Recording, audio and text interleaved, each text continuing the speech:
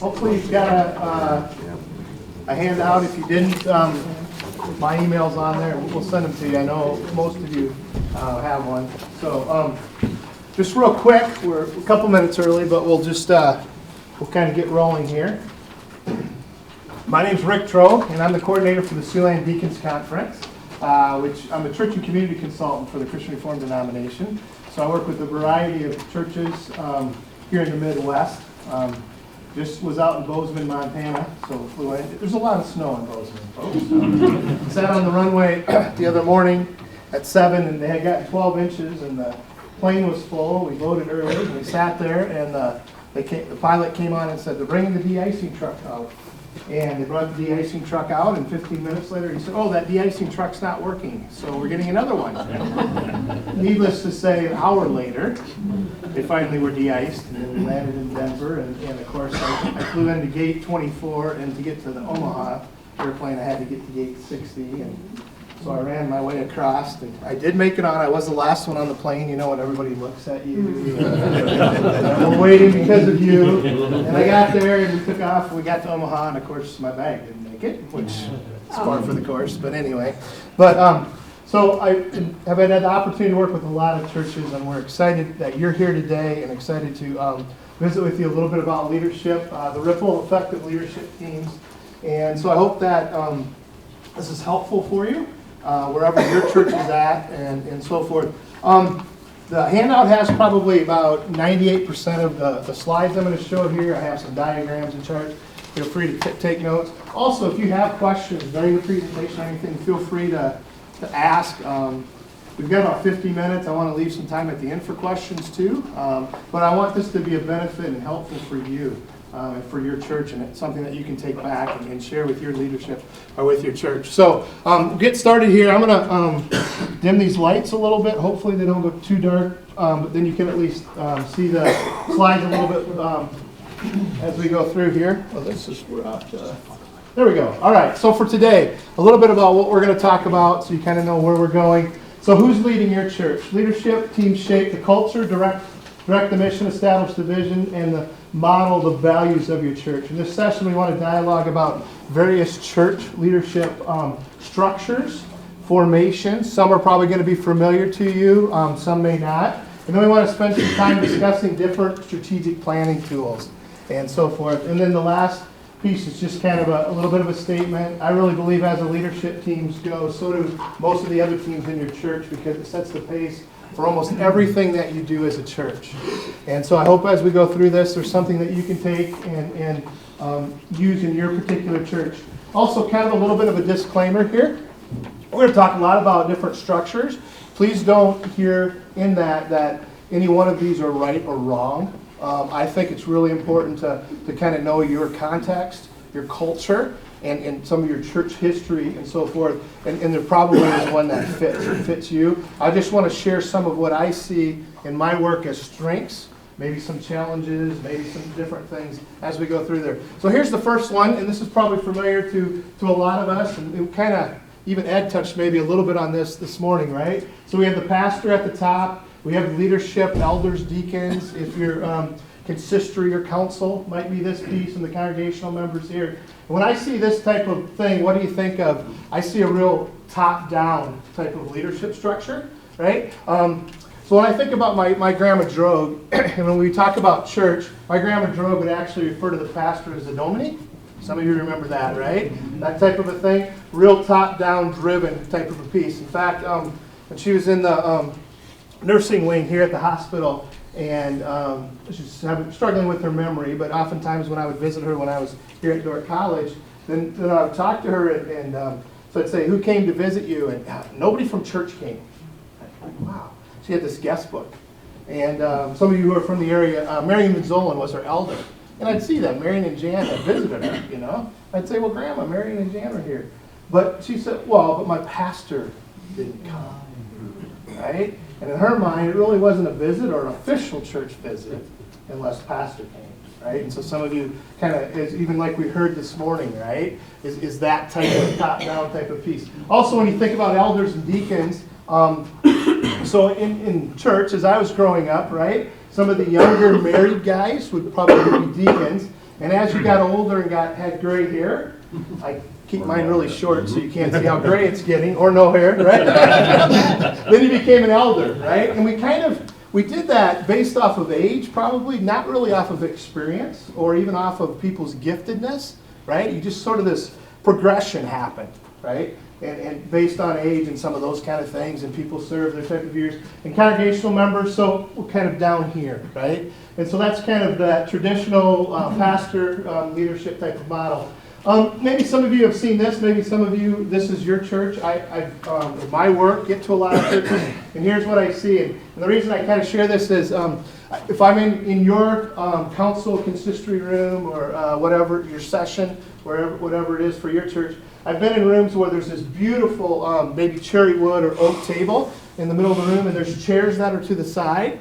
And what's really interesting is the elders have the really nice chairs with the arms, and the deacons on this side of the room just have the older chairs. What were the elder chairs? We got moved over, right? The hard ones probably. Those are nice and padded. And then even as I talk to some of the folks there, what you see is that even the chairs, right? So if you're a third-year elder, you sit in the chairs over here, and then a second-year elder, and then a first-year elder, right? And the same thing as far as for the deacons, right? And there's that, so that kind of, that's kind of what our council or consistories kind of look like, right? There's elders on one side, deacons on the other, and then sort of as you become older or wiser or more years of experience, you move up, and then pretty soon you get to be closer to the pastor. So then you get to sit by Pastor John or somebody, right, who's over here. And we check, this is what that type of setting looks like for a lot of us, okay?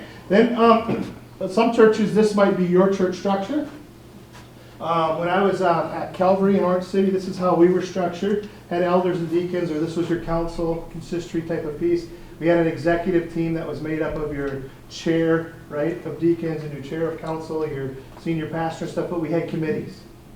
And what was interesting about this makeup is it's a little bit more, it's still kind of top down, but we're getting more people involved, and kind of piggybacking off of what we heard here this morning, right, is how do we involve lots of people? How do we get people involved? One of the struggles with this type of structure is that oftentimes people who are in leadership, elders and deacons, often share these committees.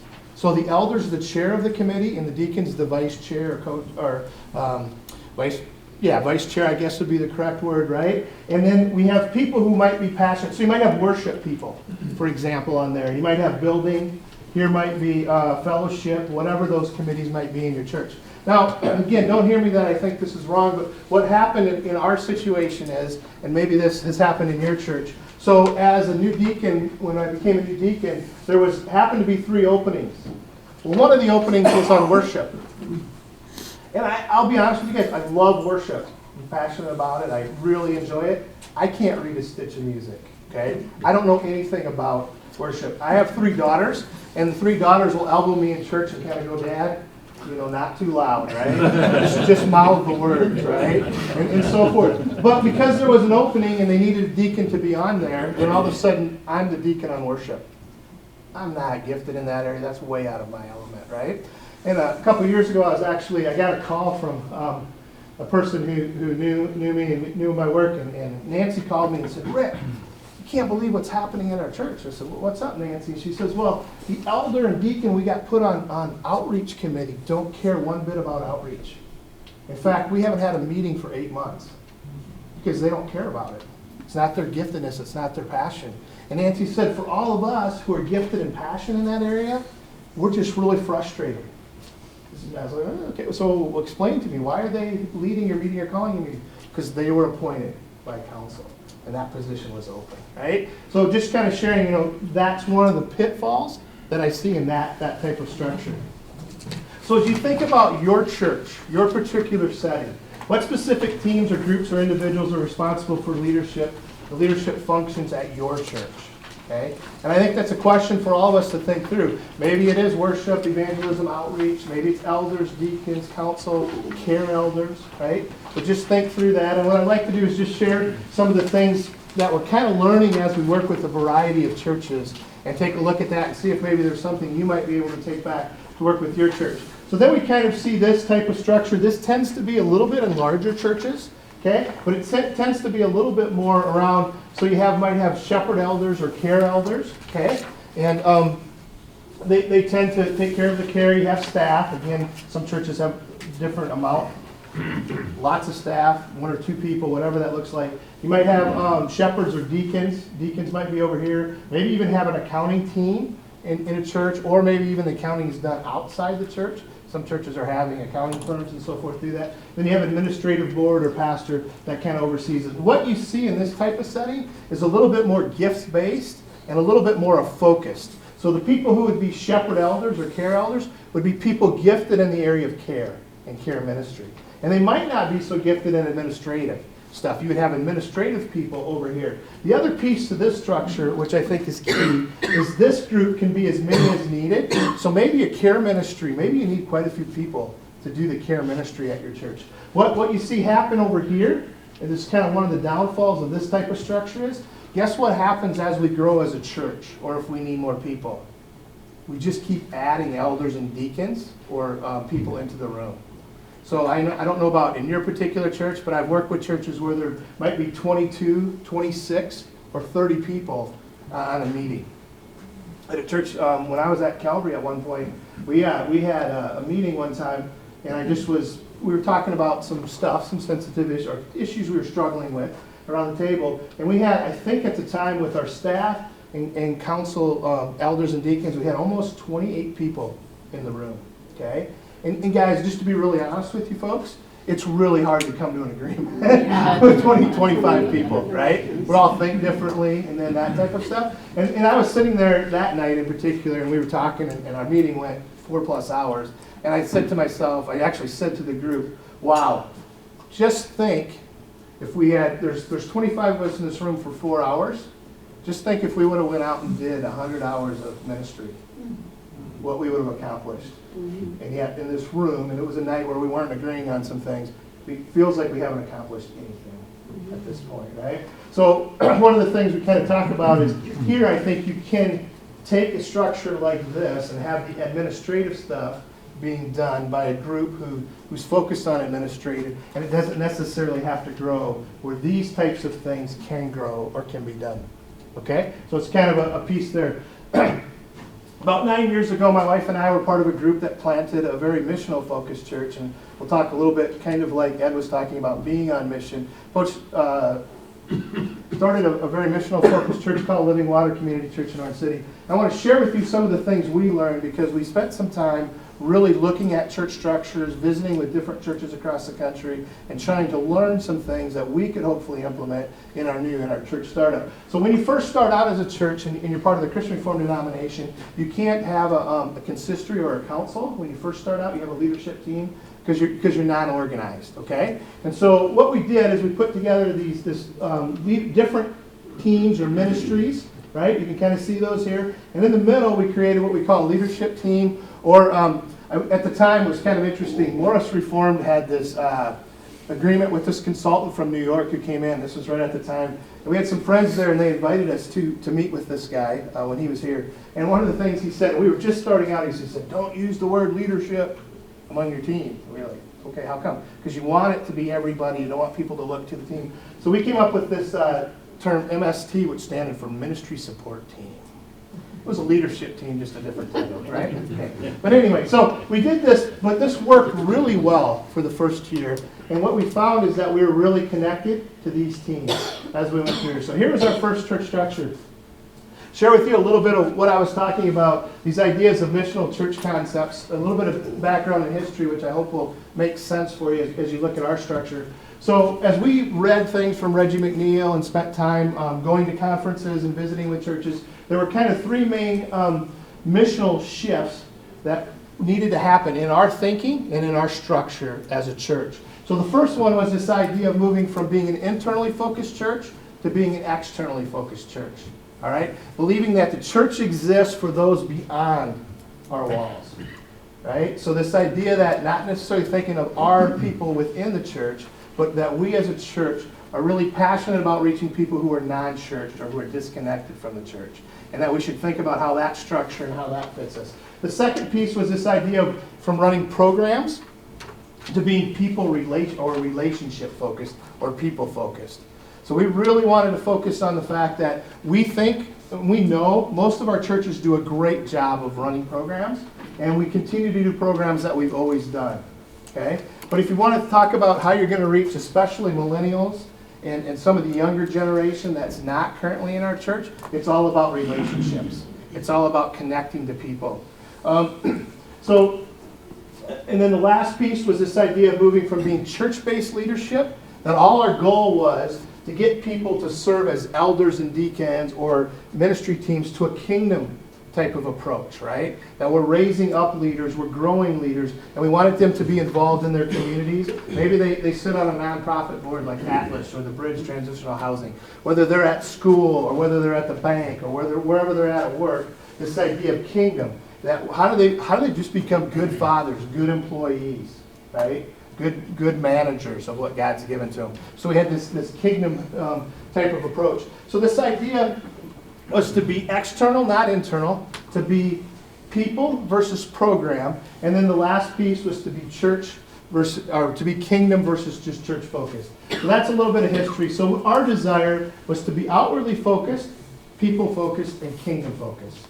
That'd be a quick summary of what our desire was. And so then as we became organized, we needed to put together this next church structure, right? We needed to have elders and deacons, and we needed to fill some of these roles. So this is the structure we went towards.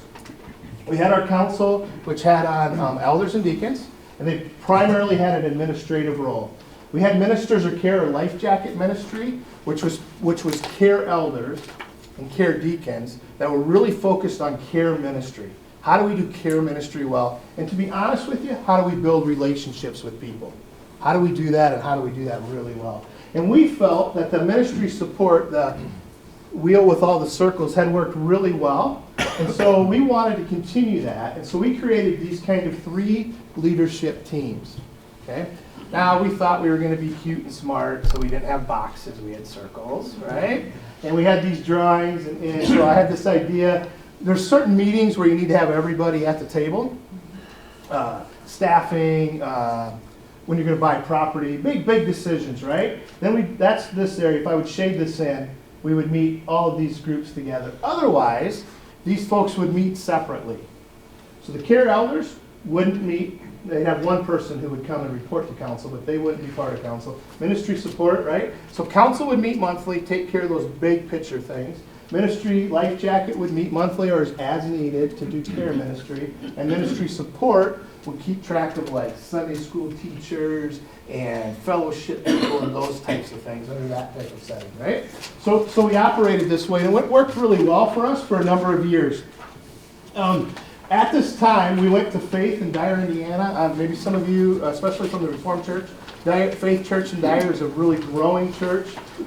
We had some people who were connected to the church. We actually sent some of our leadership down there. And at the time we went there, I think there were 3 or 4 campuses. I believe there are 9 or 12 campuses right now. They've had a lot of growth. And they talked to us about how do you kind of move from being a small church to a medium-sized or growing church. And here was their structure. And we spent some time learning from them. What was really interesting for us and what I wanted to share with you was this concept that they shared with us called wet cement. And this is actually taken from Faith, from some of their material. But I want to just read this for you, just to have you kind of think through how does this apply to your church. No church can allow its church government or any other part of the church to harden to the point that it can never change.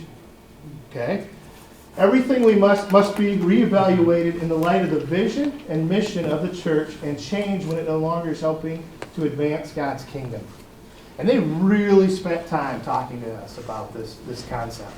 And so these were kind of the 4 things that they shared that must be necessary for changes in a church, right? There must be a core group of people who understand the vision and mission of the church and understand the needs to make what it takes to make changes, okay? People in the church must understand the vision and have confidence and trust in the leadership. And when I'm talking about the people, it's the people in the church, the congregation, right? When you get to a certain size, the fact is people need to have trust, and that's a key piece. That the leadership is doing what it's supposed to do. Egos need to be set aside, right? Change can be difficult. And then communication is vitally important. Everyone needs to be in the loop. So we kind of came back, and this is kind of a little statement that we adopted at that point. At Living Water Church, we want to be gracious and flexible with others and open to what God might be doing in our midst. Okay? Sounds really good. Now, remember, we were operating in this type of setting. We began to notice there were some things that were happening. So when you have three circles, and they kind of tend to operate as silos, okay, three separate circles, we started to see that there was one particular thing that came to light. We do this service Sunday type of a thing. All three teams were talking about that same ministry. And they all three had different ideas, and none of them knew the other one was talking about it. If you remember, I said our goal with this concept was to try to be effective, efficient, and not make those kind of mistakes, right? And all of a sudden we noticed that this was happening a little bit more often. Okay, so we said, you know what, we can't harden, right? We need to have wet cement. We need to keep that in mind. What does that mean for us? What does that look like for us? And we put kind of an ad hoc team together and said, are we willing to make some changes? Do we need to do some things differently than we're currently doing? Where are some gaps? What are some things that we're doing well under the structure? And what are some things that we need to change as we go through there? So about 2 years ago, we made this change, and now we got boxes, not circles. We have lines and so forth. But what we really found is that some of the key principles that we had adopted back then, we still really wanted, and we felt were serving us well. One was, we obviously need counsel. We need admin and administrative elders and administrative deacons, okay? People gifted with the idea of running businesses, running church, understanding what it takes from that 30,000 foot level, okay? We really spent time of trying to put the right people in the right seats on the bus with how we do our voting and nominating and those kind of things, and we can talk about that for quite a while. Ministry support, we felt there was still a real plus and need in that piece. As this time went, we had added some staff. This was an area where staff was working, and the life jacket ministry was crucial in our setting of really meeting people's needs and working with people. But they were a little burnt out. They needed more help, right? And so we talked to them about, do you need 6 or 8 people? And we talked about rotations and what does that look like, all right? So we added some people there. But what I think was really key is we added an administrative team. 2 people are appointed, kind of to serve, if you were in a business terms, you would think of kind of a CEO and a CFO, and then the chair of council and the chair of ministry support sit on there, and then one of our pastors. So we don't have a senior pastor, but one of our campus pastors would sit on there. And what was really helpful is we defined these words to try to bring some clarity, right? So council was talking about vision, the health of the church, shepherding, staffing, and discipleship. Real big picture things. Also at this time we had started the second campus, and so we were figuring out how to do that. So this was part of there. And on council, you had to think through, if you were on council and you attended our Sheldon campus or our Orange City campus, you have to be saying, what's God calling us to, or what's best for Living Water, right? Not Living Water Sheldon campus or not Living Water Orange City campus, right? You need to be thinking big picture.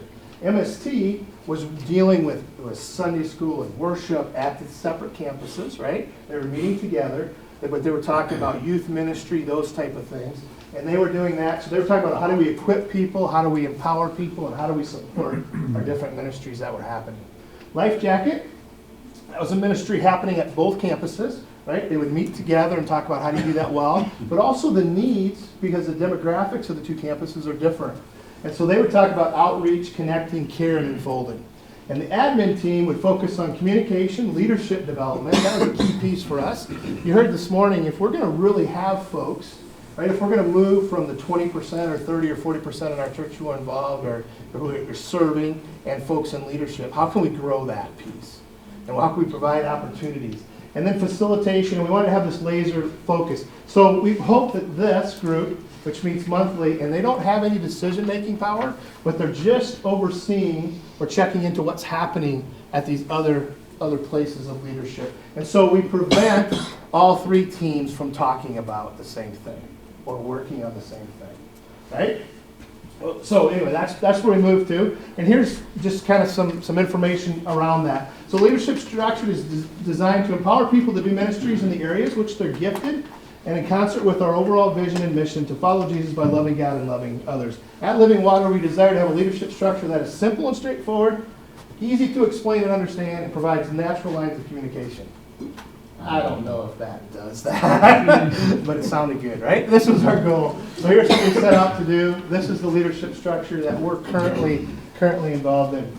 So that's some background on leadership structure. That's some ideas of what some churches are doing that are out there. I want to kind of move or switch directions to what do effective leadership teams do, right? And hopefully there's some things that you can take from this as we look at that. I think the number one thing that we should do and don't do is this idea of strategic planning or strategic thinking.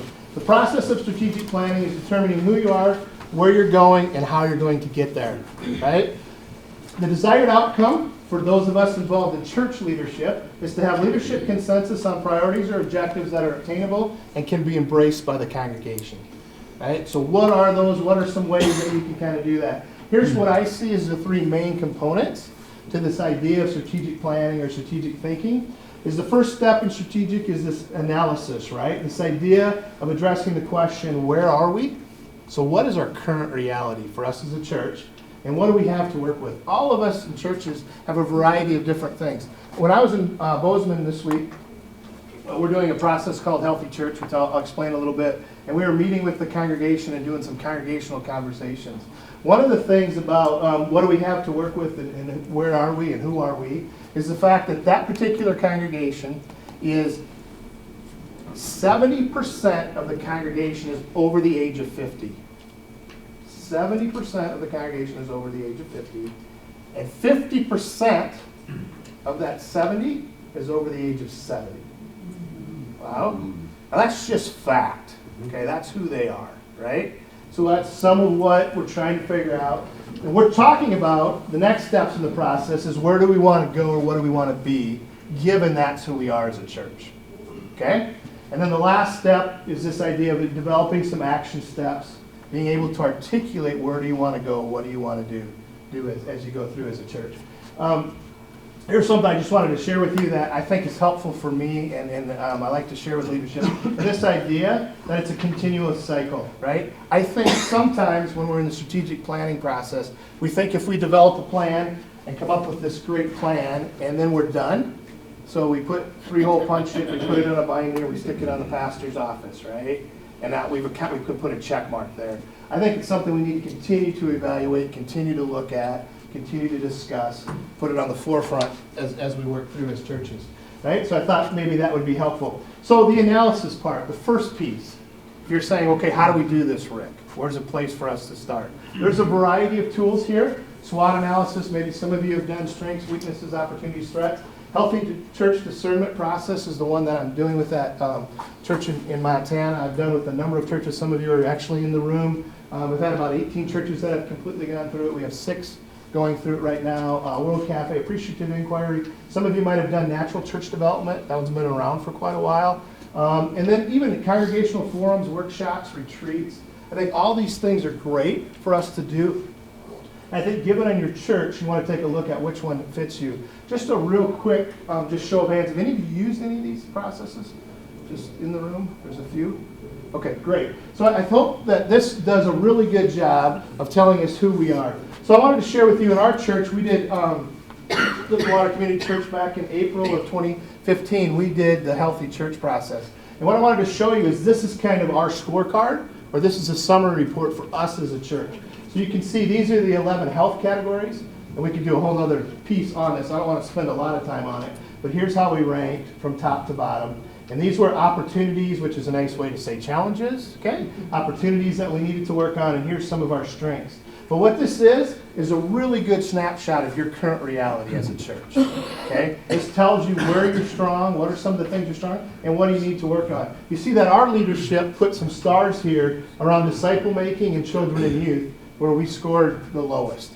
Okay, there were some things we needed to work on in our church setting. To be honest with you, I don't think any of us were surprised that children and youth, we knew that. We had been hearing that from our parents of young kids that we needed to work on that. But this is fact. This showed us some of the things that we needed to do.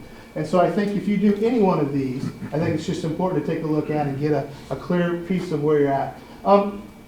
If you don't take anything else out of today, I hope something here was helpful. But if you could just take these 4 questions back to your church, I would challenge you to just take these back, all right? Our congregational profile, what is our current reality? Where are we at? I showed you some tools to do that, but even just take some time as leaders and talk about that, right? We don't often do that, right? Community context, are we really making a difference? In the healthy church process, there's questions about prayer life, small group, devotions, that type of stuff. Are we making an impact? Are we making an impact in our community, right? If we were to take your church and pick it up and move it out of the community, would there be a void, right? How are you connecting with? What are you doing? And then vision, what kind of church do we want to be? What do we want to see? What do we see in the future? And the last piece is the action steps, or how do we get there? So if this is who we are right now, currently, and we talk, and we're having impact and so forth in our community and to our church, and we talk about this is the kind of church we want to be, then how do we get there? Right? What are the steps that we need to take to make that process? Is your church a church on a mission, like we heard this morning, right? Are you, as leaders, are you on a mission, right? If I were to ask you to quickly tell me what are the 3 main things you're focusing on as leaders in your church? I hope, in our church, I hope our leadership would say discipleship, community, and outreach. Because we did some forums, and then we did the healthy church, and those are 3 things that we want our decisions, our ideas, our thoughts to funnel through that.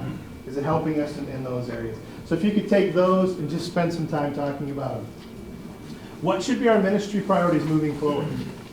Right? What are the things that we want to do in your church setting, at your particular church? What do you want to focus on? I shared with you too, the 3, right? Discipleship, community, and outreach in our particular church. I don't know what it is in your church, but then what are they? I think sometimes mistakes that we make are we try to do too much. We try to be everything to everyone, okay, in the church, and we don't have the resources, and I'm not even talking people, energy, whatever that could be. So what are the 3 or 4 things, 6 things at most, that you want to focus on as a church? And then here's some questions. Why do we do what we do? I'm guessing in your church, and in some of the churches I work with, we do programs that we've always done, and we don't take time to evaluate them. We don't ask if we're being effective. Are we reaching the folks we're trying to reach with that particular program? Right? Maybe there's some things, and I know sometimes they're sacred cows, right? They're things that we've always done. But maybe there's some things that we need to take and say, now it's time to no longer do them, or do them differently, which will then enable us, right, to maybe do some other things. What do we do? Why do we do what we do? What do we want to accomplish? And what kind of church do we want to be? Right? Just ask those kind of questions. And that last piece, right, is the action steps. We talk about them, but then how are we going to accomplish those? So where do you sense God is leading your church? Here's an approach that I've used with several churches that I've worked with, and as you're thinking through that. So after you answer those questions, or you spend some time doing an analysis, you can say, I like to organize them in 3 different categories. The idea of reaching up or connecting with God, reaching in or connecting with each other, and then the idea of reaching out or connecting with our community and neighbors.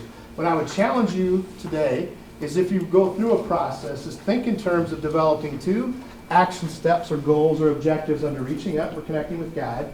So maybe worship, fellowship, what are some goals in that area? Reaching in or connecting with each other would probably be actually fellowship, that type of stuff, right?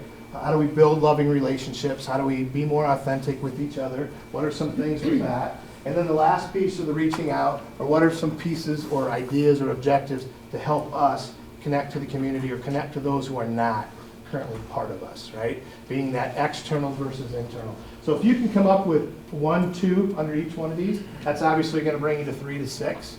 I think that's a great place to start as you think about that. So just think in terms of the 3 circles and how you might fill in that.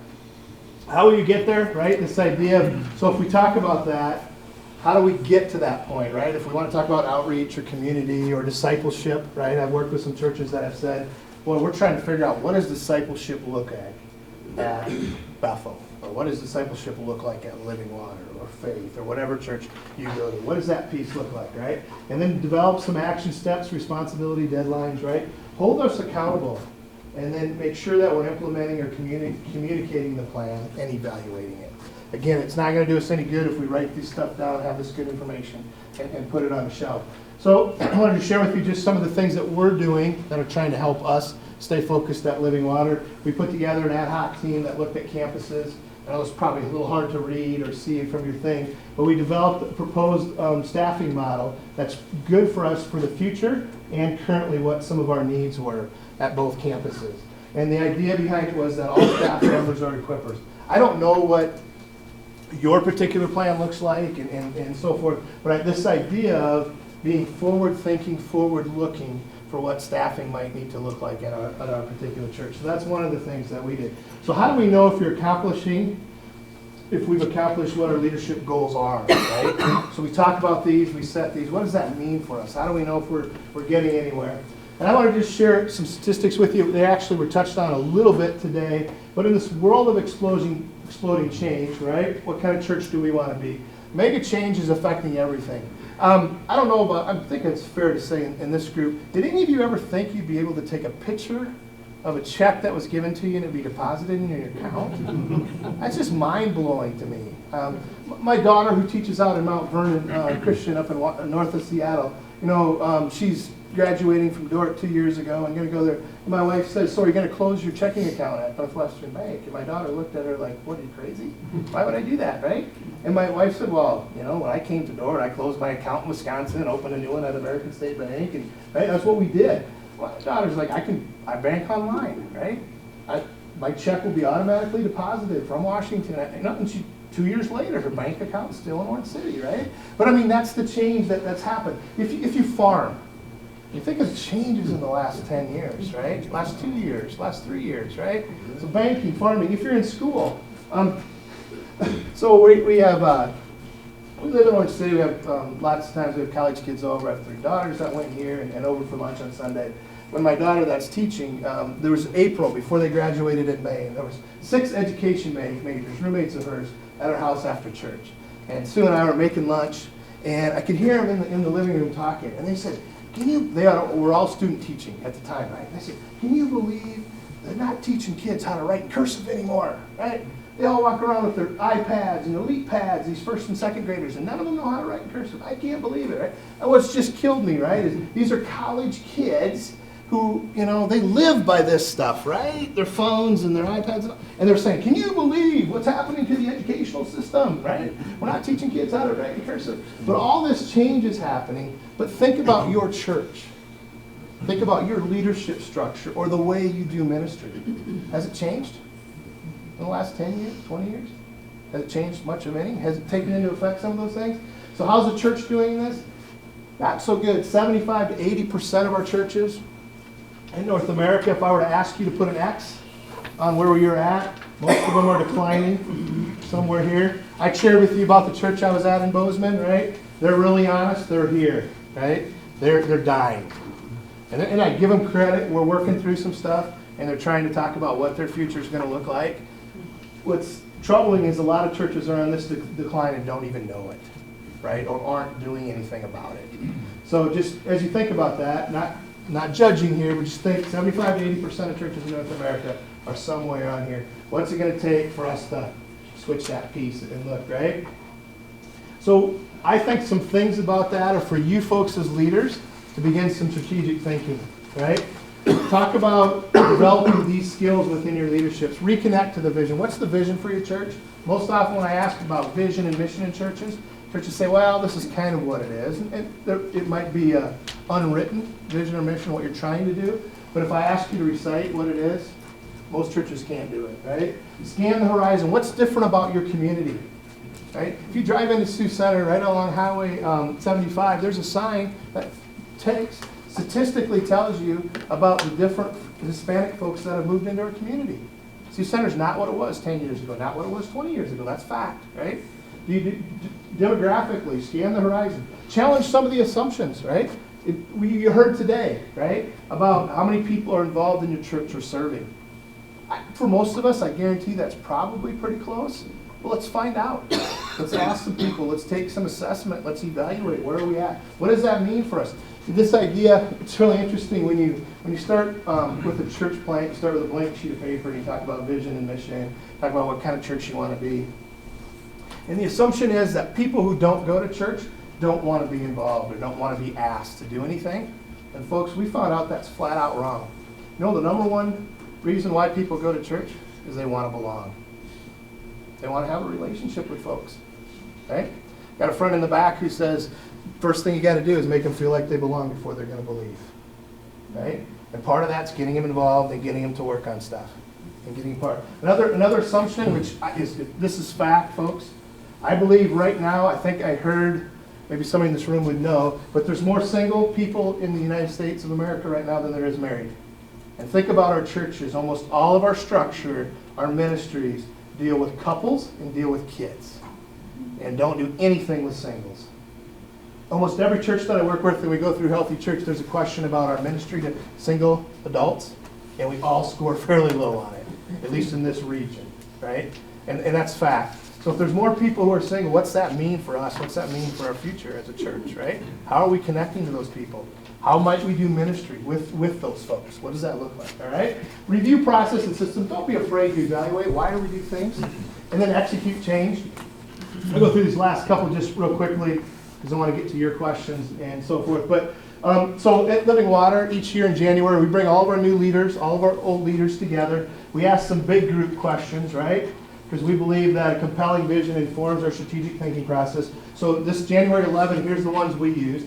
Where do you sense God is leading our church, right? How can we as a church leaders be listening for God's prompting to continue to reach more people in the communities we serve and beyond? Do you think we've lost some of our excitement and visitor expectancy, right? If so, what deliberate steps can we take? So we spend time as a group with all of our leadership teams talking big questions, doing some brainstorming. Right? And then we break them into the life jacket, into the ministry support, into counsel, and we ask some questions under a small group piece, right? What are the top 2 or 3 things that have happened since we started on this current ministry team? And what this does is this allows those who have served for a couple years to share with those coming on. And this helps with the transition period, right? And then we talk about what are the 3 or 4 main things that you want to do? What are your goals for your team for this year? Okay? And we try to create some smart goals or try to figure out what are some things that we need to work on as teams, right? So we ask them to do this, and then they get back to us, and our admin team, we don't crack the whip on them, but here's just some of the things. Here's our council goals: discipleship, equipping, intentional missions, practicing authenticity, unifying our 2 campuses. We have some facility needs long-term that we need to talk about in OC, right? Some of our life jacket or care. We have a Living Water 101, which is kind of a membership. Making genuine connections, strengthening marriage, clarifying our role. Right now we have an ad hoc team. We're finding that our definition and role for care elders has changed, and we need it to change. So we're talking about what does that look like. We've had the opportunity to sit down with some other churches from the area, First here in Sioux Center, First Reformed, and First CRC in Sioux Falls, to say, as you grew, how did your care ministry? What were some things you learned? They've provided us great information. Now we're taking that and saying, what are the things that we need to change? Our ministry support said, you know what, we need to develop a stronger kids ministry in our Sheldon campus, especially above 5th grade, right? We need to promote this idea of visitor expectancy, look for ways to get people involved. We need to get outside help or training as we become a larger church. What are some things that we're trying to figure out, right? Again, we're not cracking the whip, but they're just things that we're doing as a church to kind of keep those things in front of us. And folks, what we don't write down or what we don't kind of keep track of, we get real busy in our everyday thing. So how can we improve our work and increase our impact? I think place to start is becoming a more strategic leader requires a shift from this idea of being reactive to proactive, okay? It's virtually impossible for ministry leaders who continually get caught up in the fray of daily activities or tasks, right? Strategic leaders need to think about the big picture process, look at the future, consider engaging the environment. Here's a chart that we actually got through the Ritter process, which is a different process, but I think it's really helpful. We keep this in front of our leadership, and I would just challenge you as you think about this chart, how much of your time is spent in adaptive leadership and how much is spent in operational, right? And what's God's preferred future? And when we looked at our agendas for a council and stuff, we were spending a lot of time under operational. And what happens if you spend a lot of time here, this default future, is that it kind of sucks us in. We spend all of our time on lights and heating and getting enough teachers and those kinds of things, and we don't talk about what God's calling us to, what might be next. What's the next chapter for us as a church? Because we're spending all of our time down here. Just real quickly, I define those.